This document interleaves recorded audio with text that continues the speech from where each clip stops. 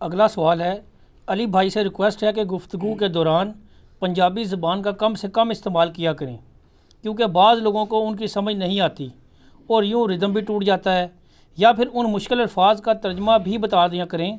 اسی طرح انگلش زبان بھی کم استعمال کریں، کیونکہ آپ کے اسٹوڈنٹس میں ہر طبقہ کے لوگ شامل ہیں۔ جزاکم اللہ خیر۔ آپ نے خود ہی جواب اس میں دے دیا، جب ہر طبقے کے لوگ شامل ہیں تو جو انگلش والے ہیں ان کے لیے انگلش کے لفظ بھی استعمال کرنا ضروری ہے، جو پنجابی ہیں ان کے لیے پنجابی الفاظ بھی ضروری ہیں۔ ظاہر ہے کہ انڈیا پاکستان کے اندر آلموسٹ 30 کروڑ کے قریب لوگ ایسے ہیں جن کی مدر ٹنگ پنجابی ہے۔ اچھا، اس لیے نہیں کہ میری مدر ٹنگ پنجابی ہے، میں اس لیے اس کو سپورٹ کر رہا ہوں۔ اور جہاں تک انگلش کا تعلق ہے تو چونکہ میری تعلیم انگلش کے اندر ہے تو میں کئی الفاظ انگلش کے فی البدی یوز کر رہا ہوتا ہوں، انٹینشنلی نہیں کر رہا ہوتا، جان بوجھ کے نہیں کر رہا ہوتا۔ باقی ہماری جو گفتگو ہے نا میرے بھائی، کسی کو اگر یہ وسوسہ آ رہا ہے نا کہ یہ سمجھ نہیں آئے گی، وہ اپنے میٹرک کے اسٹوڈنٹ بیٹے کو یا بیٹی کو بٹھا کے ویڈیو دکھا لے جو پنجابی نہ جانتا ہو، انگریزی بھی نہ جانتا ہو، اور کہ یہ دیکھو یہ کیا کہہ رہا ہے، تو وہ آپ کو بتا دے گا۔ کانٹیکسٹ میں کلیئر ہوتی گفتگو۔ پھر ایک یونیورسل زبان ہے اشاروں کی، ایکسپریشنز کی، وہ بتا رہے ہوتے ہیں۔ میں جو پنجابی کے لفظ استعمال کرتا ہوں آپ ان ویڈیوز میں سے نکال بھی دیں تب بھی وہ اپنے میسج میں کمپریہنسو ہوتی ہے۔ پنجابی کے الفاظ میں ایکسٹرا الفاظ کے طور پہ استعمال کر رہا ہوتا ہوں اکثر اوقات۔ بہت پرانی ویڈیو میں کبھی کبھار میں نے گفتگو کر دی، نگلیجیبل ہے۔ ابھی بھی جو الفاظ استعمال کرتا ہوں وہ اس لیے کرتا ہوں کہ اس کا مزہ ہی پنجابی میں آتا ہے، کیونکہ محاورے جو ہوتے ہیں نا وہ جس لینگویج کے ہیں اسی میں یوز کرنے پڑتے ہیں نا۔ یا تو میں پوری تقریر پنجابی میں کر رہا ہوں، حالانکہ میں عام لینگویج میں پنجابی بولتا ہوں سوائے اپنے بیوی بچوں کے۔ میرے جتنے دوست ہیں آپ لوگوں کے ساتھ میں پنجابی بولتا ہوں، لیکن اگر آپ مجھے کہ میں پنجابی میں تقریر کر لوں تو میں فلوئنٹلی نہیں کر سکتا۔ میٹرک تک تو مجھے پنجابی آتی بھی نہیں تھی، کیونکہ ہمارے گھر میں اردو بولی جاتی تھی، تو پنجابی تو میں نے بعد میں سیکھی ہے شوق سے۔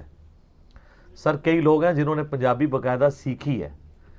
مجھے ایک دفعہ ایک بھائی نے رابطہ کیا آج سے 5-6 سال پہلے، ان دنوں میں فون بھی سن لیا کرتا تھا، عرب کنٹریز میں سے ایک بندے نے، ہے وہ بیسیکلی انڈین تھے، تو وہ کہنے لگے کہ جی ہم نے ایک آرگنائزیشن بنائی ہوئی ہے جس میں ہم نے بلڈنگز بھی بنائی ہوئی ہیں، اور جو نیو مسلمز ہیں ان کو ہم اکوموڈیٹ کرتے ہیں، خصوصاً جو غریب ہندو ہیں ان کے بچوں کی ہم تعلیم و تربیت کا خرچہ اٹھاتے ہیں بچوں کا، پھر ان کی تربیت کرتے ہیں۔ ان میں سے اکثر لوگ اسلام قبول کر لیتے ہیں، ہم ان کو فورس نہیں کرتے، اور پھر باقاعدہ ان کو ہم یعنی جو علماء دین ہیں ان کے لیکچر سنواتے ہیں نا، اور ہم لوگوں کو شیخ الاسلام کے لیکچر سناتے ہیں۔ میں نے کہا یہ شیخ الاسلام کون سا ہے؟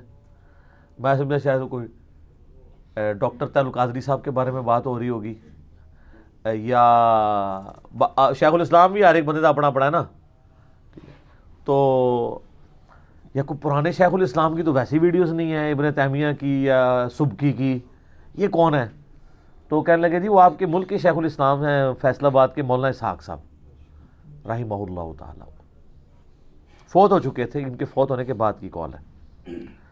میں نے کہا ان کے تو لیکچرز پنجابی میں۔ وہ کہتا جی میں اردو سپیکنگ ہوں، میں نے پنجابی سیکھی ہے اپنے سکھ دوستوں سے، اس شوق میں کہ میں نے مولانا اسحاق صاحب کو سننا ہے۔ ان کی پنجابی بھی ہمیں اتنی اچھی لگتی تھی کہ ہمیں کئی باتیں ویسے ہی سمجھ آ جاتی تھی۔